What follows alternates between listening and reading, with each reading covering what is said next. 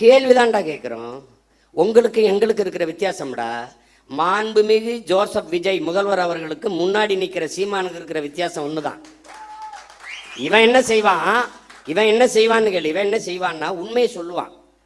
கடன் இவ்வளவு இருக்கு, வட்டியே 1,00,000 கோடிக்கு மேல வருது, நம்ம இவ்வளவு சிரமம் இருக்கு, அதனால கொஞ்சம் பொறுங்க. இப்ப நான் சொல்றேன் பாரு, படித்து முடித்து விட்டு வேலை இல்லாத 70 லட்சம் இளைஞர் இருக்கான், கிட்டத்தட்ட 1 கோடி.